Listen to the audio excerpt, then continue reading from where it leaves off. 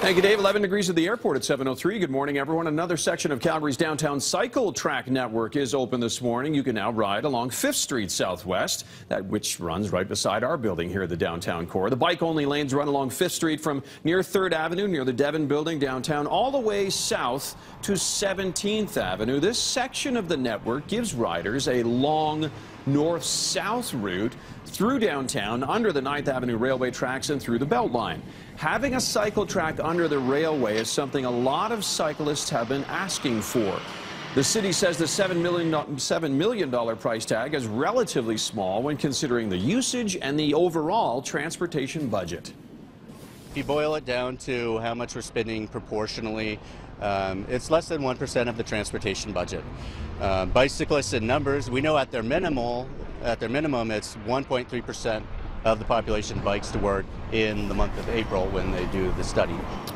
The 12th Avenue bike lanes, by the way, launched earlier this month, you may recall. 2 more sections of the track network will open before the end of June. Those sections actually join together. They run along 8th Avenue Southwest through Stephen Avenue Mall. Then they jog a block and join up at 9th Avenue heading east out of the downtown core.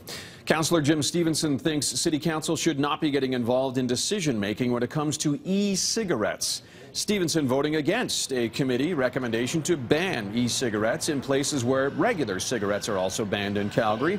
The Ward 3 councillor says he's worried some businesses will be put out of business by a sweeping ban, and Stevenson's questioning a City of Calgary survey that shows more than 70% of people oppose the use of e-cigarettes in public places. Stevenson's questioning the survey because the same report shows 10% of people don't even have any idea what e-cigarettes are, so he wonders how much people really know about the products.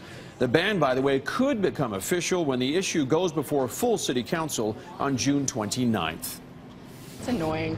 And the whole smoke thing, like still the blowing of the smoke, it just, in general, I find it's rude and annoying. Not indoors, but maybe something like a patio, because it's just vapor, it's just water in the air, really. The cigarette doesn't bother me, but if someone was smoking an e-cigarette right beside me, I wouldn't be able to tell. I wouldn't be able to tell at all.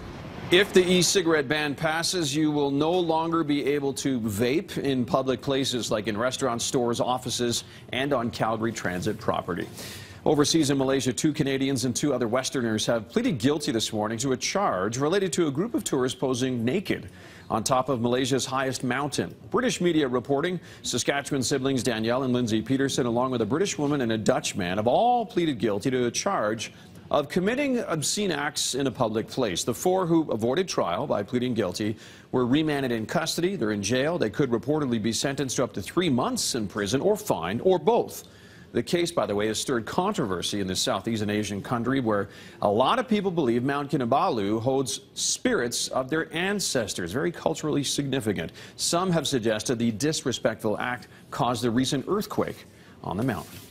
And that's your news to 7:07, 11 degrees, give or take, at the airport. Heading back to Tara, Jill, whole bunch of special guests with you guys. Yes, we're very pleased to have very many special guests here.